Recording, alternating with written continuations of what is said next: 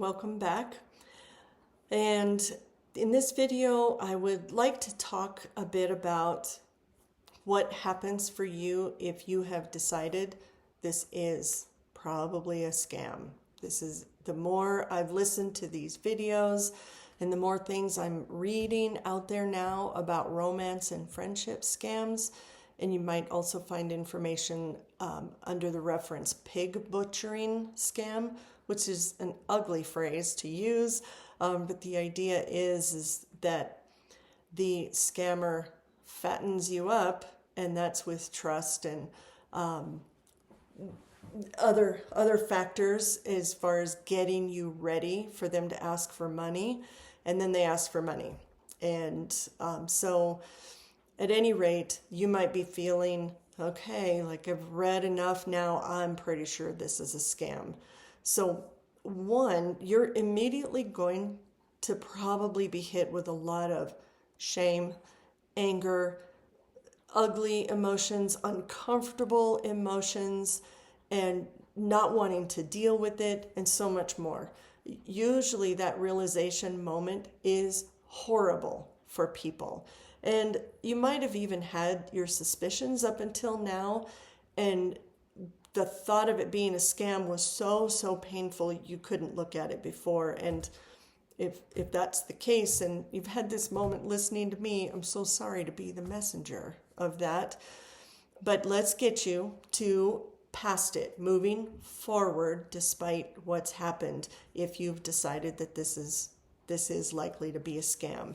So on top of the emotional impact, a couple of things for you to be prepared for is that whether you've given this person money or not, they are likely to go into manipulation tactics, coercion, persuasion tactics, and try to bring you back in to that trust circle, that love and that care, and get you believing that it's a real relationship again.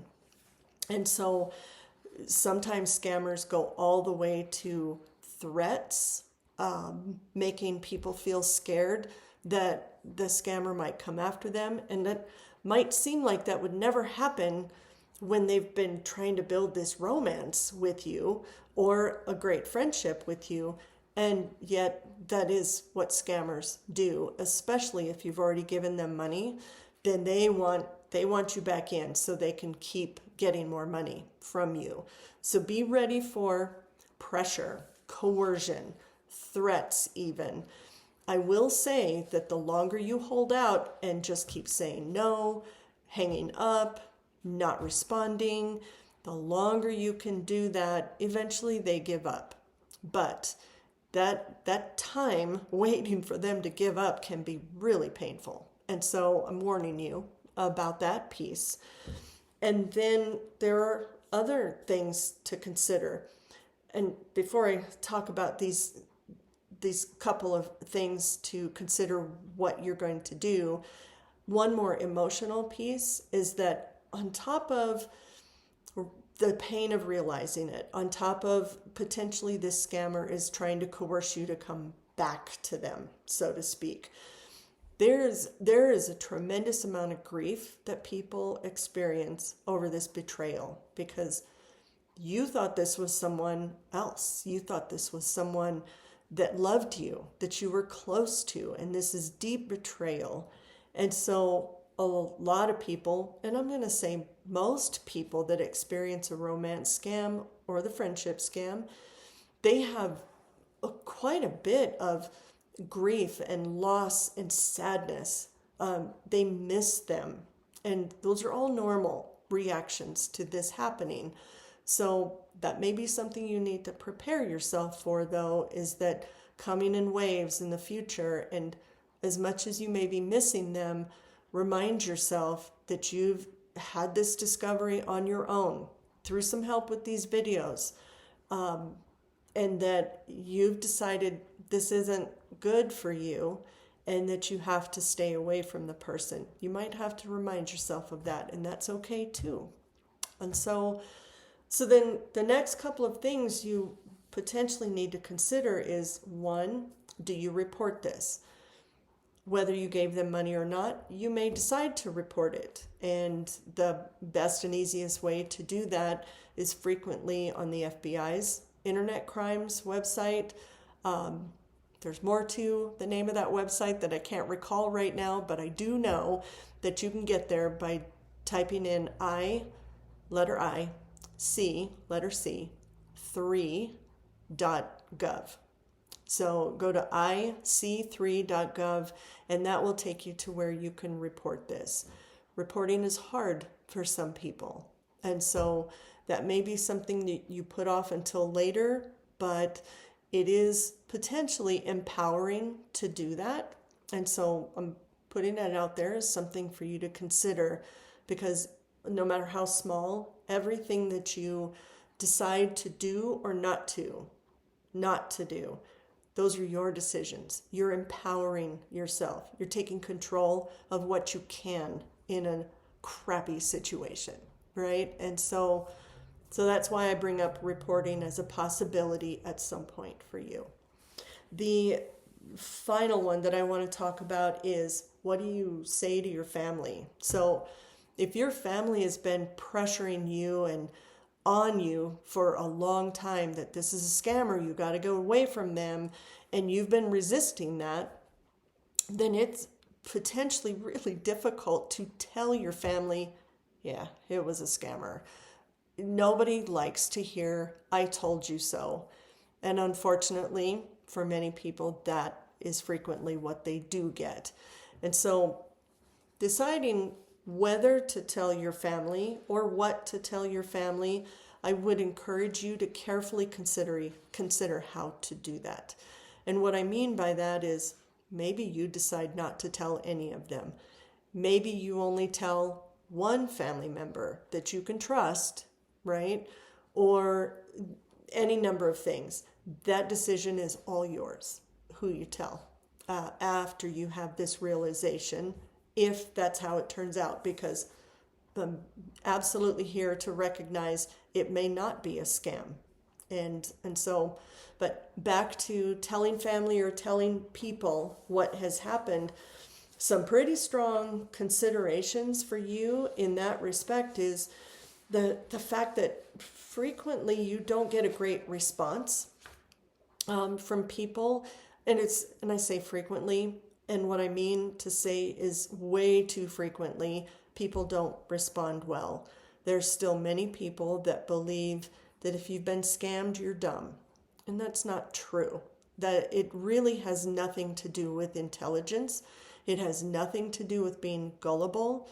It all has to do with being human and the fact that any of us can become the victim of a crime.